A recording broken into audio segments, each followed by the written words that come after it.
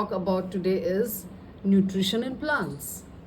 We are all so much into our own nutrition. We have Rujuta Devekar. We are so obsessed with our carbs, our proteins, our fats, minerals. So that is us. And see the irony of it. We cannot prepare our own food, but we are so obsessed with our nutrients. Whereas with plants, they do not speak much, but they make their own food. So, how do they make their own food? We all have heard of this process of photosynthesis. So, what is this process of photosynthesis? We'll just go through it. Now, with photosynthesis, what happens is it starts from the roots. The nitrogen from the atmosphere is fixed by the bacteria, which converts it into a usable form. So, water, nitrogen, and some minerals from the soil, they go through the roots, they go up to the plants, go to the leaf. Leaves, which are green in color, have a pigment called chlorophyll, which helps in to take in CO2 and gives out oxygen. So this is the process of photosynthesis. Now, how does it benefit the plant? The plant gets its own food. And how does it benefit us? We get oxygen from the plant and we get our food from the plant. So basically, the nutrients that a plant needs to grow is carbon dioxide, nitrogen, water, sunlight, and nutrients from the soil. And there are other plants now which cannot prepare their food, or maybe which can make 50% of their food. So the example is parasite. Now parasite are something which climb on other trees and they derive their food nutrition from that tree, because parasites, they cannot make their own food.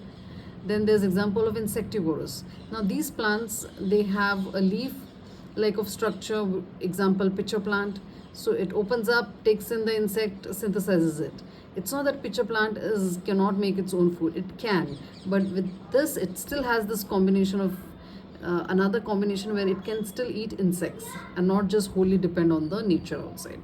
And there's something called as saprophytes. Saprophytes are mushrooms. Then there are saprophytes. Saprophytes, you can have example of mushrooms. I'm sure some of you like mushrooms.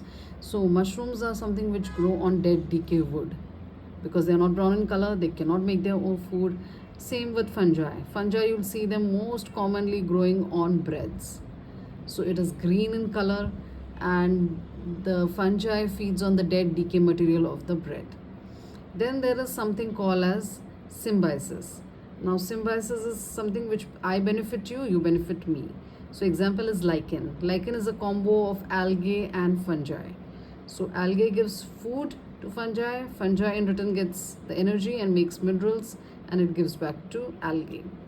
So nutrients, you all would have heard about nutrients of nitrogen, potassium, and phosphorus, which is needed in the soil for the plants. Now, repeatedly growing of the plants on the same soil, what happens is the nutrients get depleted. So how do we replenish them?